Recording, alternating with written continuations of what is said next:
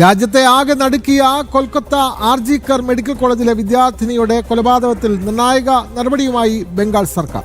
Police കൃത്യനിർവഹണത്തിൽ പൂർണ്ണമായി പരാജയപ്പെട്ടെന്നും സംഭവത്തിൽ പുതിയ അന്വേഷണം നടത്തുമെന്നും മുഖ്യമന്ത്രി സുവേന്ദു അധികാരി വ്യക്തമാക്കി. സർക്കാരിന്റെ പ്രഖ്യാപനത്തിൽ പിന്നാലെ കേസിന്റെ തെളിവ് നശിപ്പിക്കൽ അന്വേഷിക്കാൻ കൽക്കട്ട ഹൈക്കോടതി CBIയുടെ പുതിയ പ്രത്യേക സംഘത്തെ ചുമതലപ്പെടുത്തി. 2024 ഓഗസ്റ്റ് 9 രാജ്യത്തെ ആകെ ഉലച്ച ദാരുണ സംഭവം ആർജിക്കർ മെഡിക്കൽ കോളേജ് ക്യാമ്പസിലെ സെമിനാർ ഹാളിൽ നടക്കുന്നത്. 31-കാരിയായ പോസ്റ്റ് ഗ്രാജുവേറ്റ് ട്രെയിനി ഡോക്ടർ കൊല്ലപ്പെട്ട സംഭവത്തിൽ വലിയ പ്രതിഷേധങ്ങളാണ് രാജ്യത്തുടനീളം അരങ്ങേറിയത്. അഭയ എന്ന് വിശേഷിപ്പിക്കപ്പെട്ട ഇരയ്ക്ക് നീതി ലഭിക്കാൻ ഡോക്ടർമാരും വിദ്യാർത്ഥികളും ബഹുജന പ്രസ്ഥാനങ്ങളും വൻ പ്രക്ഷോഭങ്ങളാണ് നടത്തിയത്.